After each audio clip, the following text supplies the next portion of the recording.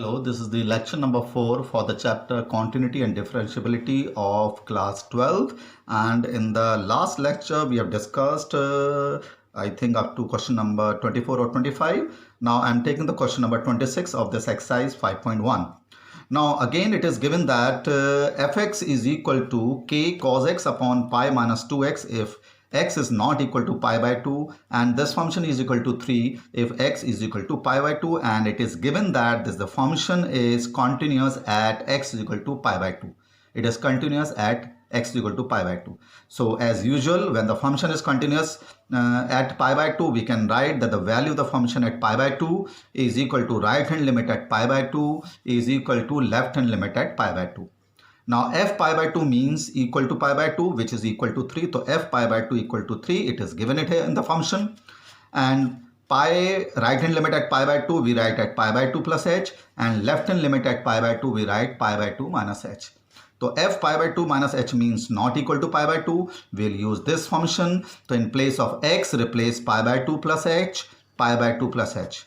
Pi by 2 plus h here and pi by 2 h here. Pi by 2 plus h, pi by 2 plus h. Similarly, for the left hand limit pi by 2 minus h, again it is not equal to pi by 2. So replace x is equal to pi by 2 minus h, x is equal to pi by 2 minus h here. Now simply you have to use the trigonometry. Cos 90 plus theta is equal to minus sine theta. So cos 90 plus h is equal to minus sine h. See it very carefully. When you simplify the denominator, you are getting minus 2h. Similarly here, cos 90 minus h is equal to sine h, and when you solve the denominator, you are getting h, rather 2h.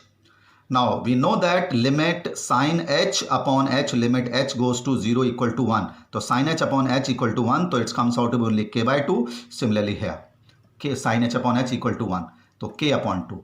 So it is 3 is equal to k by 2 is equal to k by 2 means k is equal to 6.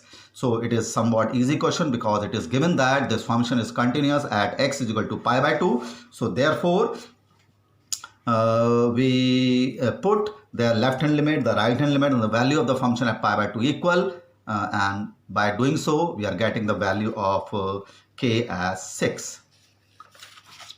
Now similarly in question number 27, or rather easy question than question number 26, again it is given that fx is equal to kx square if x is less than equal to 2 is equal to 3 if x is greater than 2 at x is equal to 3, it is continuous. So again we write f2, the right hand limit at 2, the left hand limit 2 will be equal to each other. f2 means equal to 2, so we'll use the first function, that is k2 square.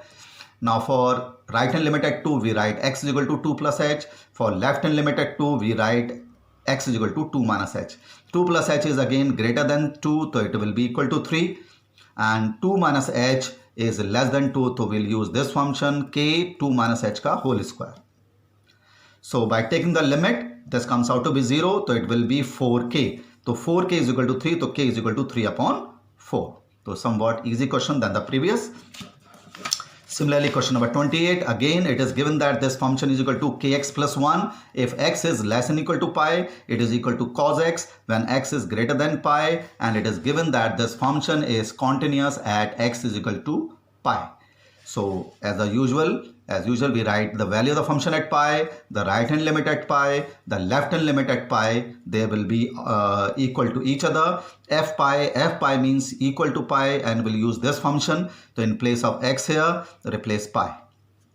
Now right hand limit at pi, it will be pi plus h. Left hand limit at pi will be let x equal to pi minus h. Now pi plus h is greater than pi, so we'll use this function. So in place of x, replace pi plus h. Pi minus h means less than pi, so we'll use this function. So in place of x, replace pi minus h. See it very carefully. This.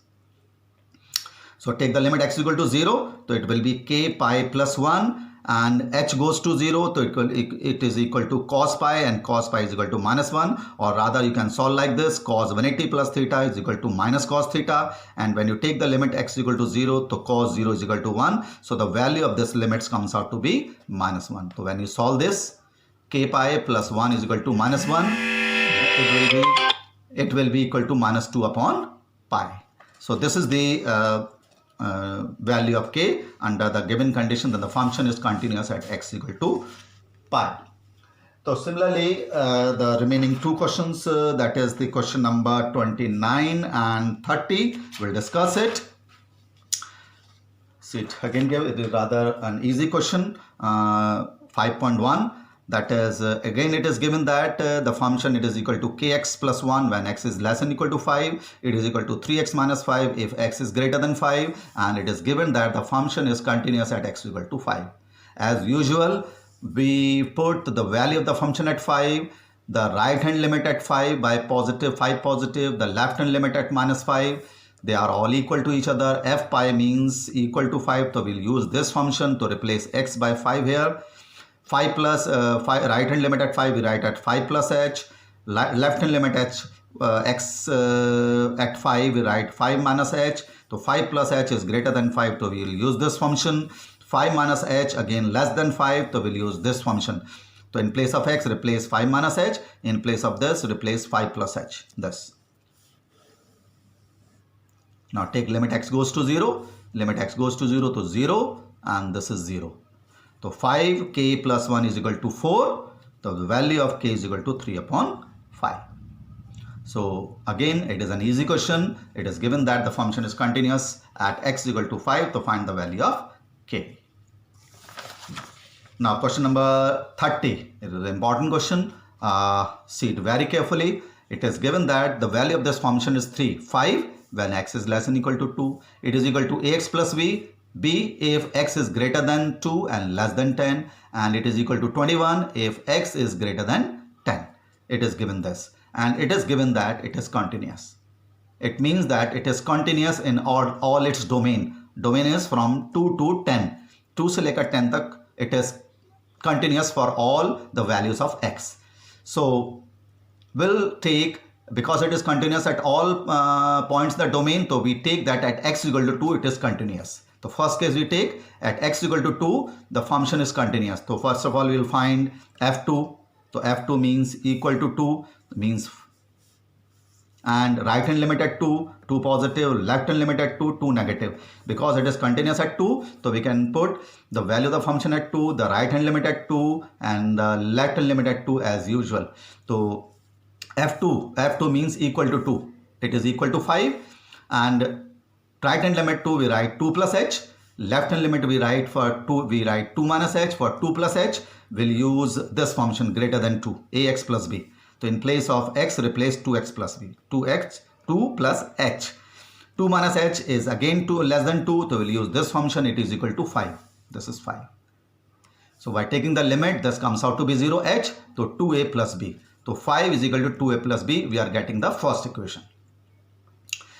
Because we have the two variables, so we must have the second equation also. So we take the continuity at x equal to 10 because it is continuous from 2 to 10. So we'll take the condition that it is continuous at x equal to 10. So it is continuous at x equal to 10. So we write the value of the function at 10, the right hand limit at 10, the left hand limit at 10. They are all equal to each other. So f10 means equal to 10. So equal to 10 is equal to 21. It is 10 plus h. Right hand limit means greater than 10. So greater than 10, it is given as again 21. So I have written as 21. Now 10 negative means 10 minus h. 10 minus h means less than 10. So we'll use less than 10 condition, that is ax plus b. So here in place of x, replace 10 minus h. This. 10 minus h. When you take h goes to 0, this comes out to be, what you're getting? 0. So it comes out with 10a plus b. 10a plus b is equal to 21. So this is the second equation. This is the first equation. When you solve these two equations simultaneously, solving them simultaneously, we are getting the value of 2 is equal to 2, a is equal to 2, and b is equal to 1. So it is a good question. It is given that it is continuous at in its domain. Rather, it is continuous. So we can take that it is continuous at 2. Back to using the condition when it is continuous 2, right hand limit at 2, left hand limit at 2, and the value of the function. Similarly, it is continuous at 10. We write that the value of the function at 10, the right hand limit at 10, and the left hand limit at 10. They are all equal to each other. So we can say that they are continuous, and by putting them equal we are getting the second equation. The first equation is this. You solve them simultaneously to obtain the value of A and B. Okay, this is the end of the continuity topic, and we have discussed almost all the question of exercise 5.1. Thank you.